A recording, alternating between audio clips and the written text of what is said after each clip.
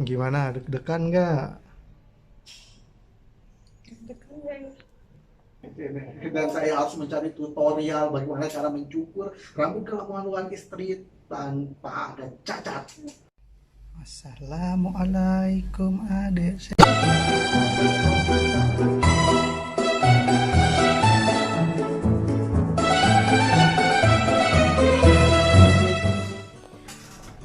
Kita lagi di ruang apa namanya? Nah, observasi. Masa kita lagi di ruang bersalin menunggu 6 jam ya. Terus dari bukan satu ke bukaan 2, 3, 4, 5 gitu. Biasanya sih 1 jam. Ya 1 jam.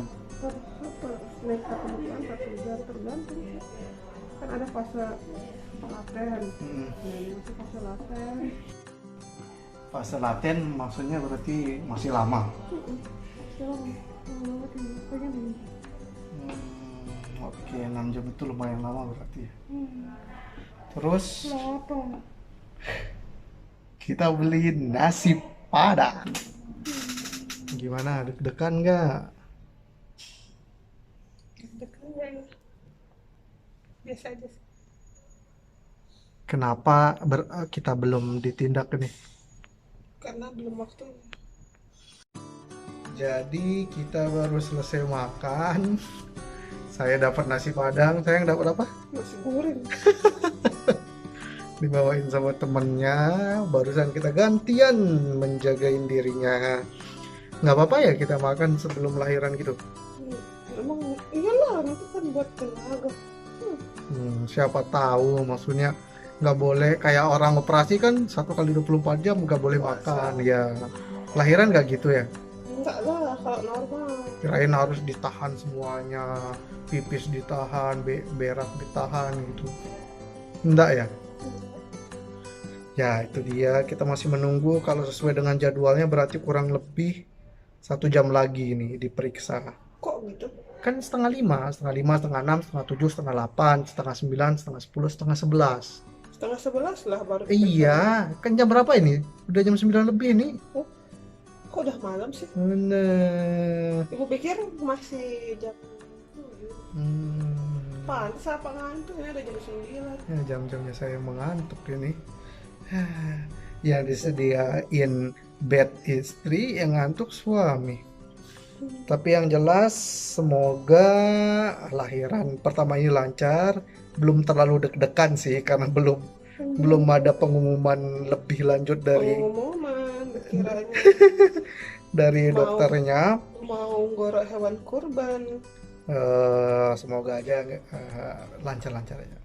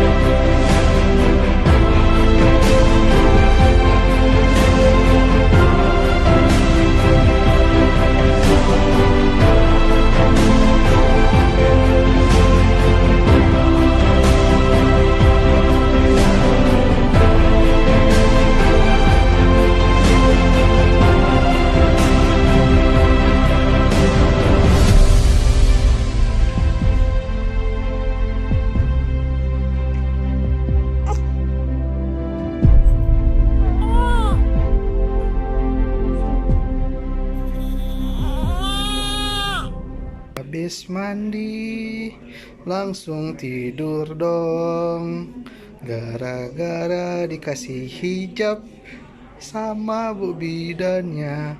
Bagaimana pendapat Anda dengan dihijabkannya adik Sherlock terus dia segini pedemnya?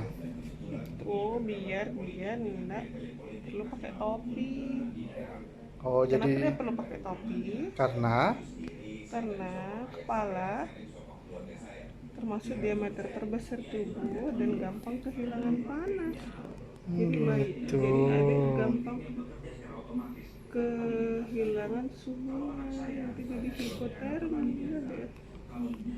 Ini makanya diselimutin lagi. No. Dilihat ibunya. Aku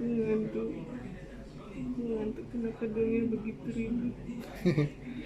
Udah gitu, yang diomongin politik dinasti. Setelah proses yang begitu lama, akhirnya anak kita bisa dilahirkan itu pada tanggal 21 Juli 2020 jam setengah 4. Itu prosesnya sesar ya. Ceritain gimana rasanya menahan begitu lama kesakitan dari pertama kali pecah ketuban dong. Kalau untuk pecah ketuban tuh nggak sakit. Nggak sakit ya, Ketawa kakak. bangun tidur tiba-tiba loh pecah ketuban nih. Oh, saya panik banget, itu luar biasa paniknya. Langsung semua langsung pesen Grab. Sampai di sana ternyata masih bukan satu ya, terus Posisi kepalanya si adik masih tinggi. posisi kepalanya masih tinggi, Terus ada kontraksi yang belum ada kontraksi yang teratur, cuman ketubannya udah pecah gitu, jadi basah banget udah itu. Ternyata masih bukan satu, terus disuruh untuk induksi ya. Itu pertimbangannya untuk induksi itu gimana saya? kan karena adik sudah 40 minggu, udah sama cukup. Oh iya, bulan. 40 minggu.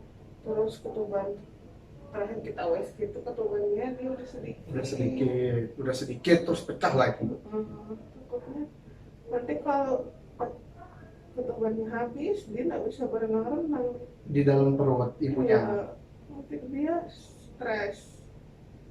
Akhirnya kita dari ke IGD langsung, terus diperiksa ya, form pendaftaran, terus form induksi dan lain-lain saya tulis. Lalu kita induksi mulai jam 10. Iya kan, disuruh nunggu 6 jam kan, 6 jam kalau nggak ada perubahan disuruh induksi. Jadi itu sekitar jam 11 malam, induksinya sekitar jam 11 malam. Terus sakit banget ya kan? Gimana tuh, ceritain gimana sakitnya? Sakitnya itu kayak gimana maksudnya? Kayak sakit perut mules, atau sakit kayak ditusuk-tusuk? Pokoknya ibu hamil pasti, ibu melahirkan pasti tahu. Ya udah sakit sambil nendang-nendang lagi ya? Enggak sih, pas semakin lama induksi gerakannya dia itu makin berkurang. Udah berkurang. Sebenarnya Pengaruh karena proses induksi ini kayak gimana sih? Maksudnya supaya apa gitu? supaya ada kemajuan persalinan kan. Antara persalinan itu kontraksi yang teratur, terus adanya pembukaan. Sedangkan si adik ini pembukaannya masih satu aja. Terus kontraksinya nggak teratur, berarti kan persalinannya belum ada kemajuan, jadi nggak diinduksi. Ya. Terus Itu kita diinduksi berapa tuh, 12 jam lebih ya. wah, kok itu kita ngarepnya tuh pagi itu udah bisa sampai buka bukan 10 10 lah gitu. Kita ngarepnya karena istri saya ini sakitan terus udah kayaknya udah stres, udah jadi orang gila gitu.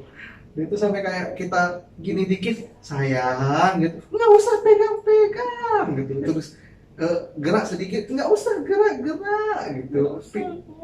Nggak usah ngomong. Terus jalan sedikit, nggak usah jalan-jalan. Aduh, ini lebih daripada orang yang PMS. Ini 10 kali lipatnya orang PMS. PMS. Sumpah itu benar-benar yang bahkan sampai kasarnya tuh kita nafas pun nggak boleh kedengeran sama dia. Oh, jangan sampai terganggu aja dia. Terus itu dia sakitan terus sampai kita memutuskan untuk lapor kan. Ini kok gimana nih? Oh enggak, bukan. Gimana? Sampai akhirnya observasi kemajuan kan. Observasi kemajuan tuh subuh ya? Pagi deh. Iya, jam 6 lah. Pokoknya bidan yang jaga pagi tuh ini lagi periksa dalam lagi kan. ternyata pembukaannya cuma satu juga. Masih tetap pembuka satu. Anehnya itu, oh udah pecah ketuban, terus udah diinduksi, terus sakitnya udah Luar kata biasa. udah istri saya sih yang tahu ya, saya cuman mengamati dan membantu supaya mengurangi rasa sakitnya seperti mijit, terus ngelus dan lain-lain gitu. Tapi ternyata tidak terlalu membantu. Soalnya kalau induksi itu kontraksinya jadi yang nggak ada jeda istirahatnya. Oh berarti terus sakit gitu. Ya. Paling jedanya mungkin 5 detik doang, sakit lagi. Terus ada momen dimana saya tuh kasihan sama bayinya, itu kenapa? Soalnya kan terasa kalau ketubannya setiap kontraksi ketubannya keluar biur sampai akhirnya dia yang tadinya geraknya lincah sampai lama-lama kok nggak gerak. Ah. Ya udah, akhirnya kita harus lapor lagi kan. Itu saya yang paling sering tuh sedikit sakit, saya lapor sedikit sakit, saya sampai saya itu dikira cerewet sama bidan-bidan di sini. Malu ayah baru Lahiran pertama ya, betul-betul waduh, kayaknya saya tuh dikira nggak nggak kooperatif. iya nggak kooperatif gitu. Sampai jam 11 katanya dokternya tuh datang jam 8, ternyata jam 11 karena baru ada selesai sesar. Ya udah jam 11 diperiksa, katanya oblik yang posisinya miring ya. Panggilan ditujukan kepada keluarga Ibu Sali. Keluarga Ibu Sali ditunggu di meja perawatan. Terima kasih. Terus setelah itu ya udah daftar sesar, saya masih sakitan tuh kan. Jadi habis itu dokternya visita kan, Ah, dia lapor ke dokternya kayaknya ini posisinya oblik deh dok. udah daftarin sesar jam 3 waktu itu. Terus lucunya itu sekitar jam 12-an ketuban air yang keluar tuh warna hijau. Iya, Itu katanya sayang apa tuh? Mekonial. Nah, terus dan pas di cek bukanya bukan 2, ya kan? Iya, nggak maju. Bukan maju, ya udahlah. Akhirnya kita putuskan mau tidak mau harus sesar. Ya, saya tanda tangan semuanya, saya sampai cukur bulu kemaluan istri pertama kalinya seumur hidup. Dan saya harus mencari tutorial bagaimana cara mencukur rambut kemaluan istri tanpa ada cacat.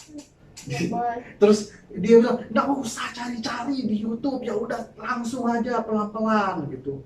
Terus ternyata saya akhirnya ya sedikit tidak bisa lah gitu mencukur gitu. Lalu jam 3 kita masuk ke ruang operasi, tanda tangan anestesi, terus langsung IUD itu ya, Ya, langsung pemasangan. awalnya Nggak kepikiran ke sana. Bahkan awalnya saya itu nggak mau pakai KB, pengen yang normal aja, nggak usah pakai pengen yang alami. alami gitu, KB alami lah. Cuman istri Sesar kan gimana karena sesar harus ada jarak, takutnya kalau alami takut bobol. bobol lagi.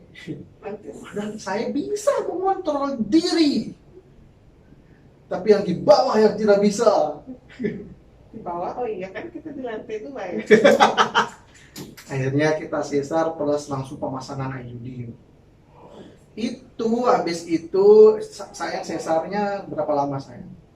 1 jam aja. 1 jam ya. Terus gimana nih? Ceritain dong, karena ketika operasi, karena saya mikirnya operasi sesar ini pasti lama, saya pulang nyuci, BAB, mandi. Pas balik-balik dia udah di kamar duluan. Buset. Saya kira saya bakalan nunggu bisa tidur-tiduran karena udah lebih dari 24 jam gak tidur dari kemarin gitu. Ternyata dia udah ada di kamar. Gimana ceritanya pas di ruang operasi?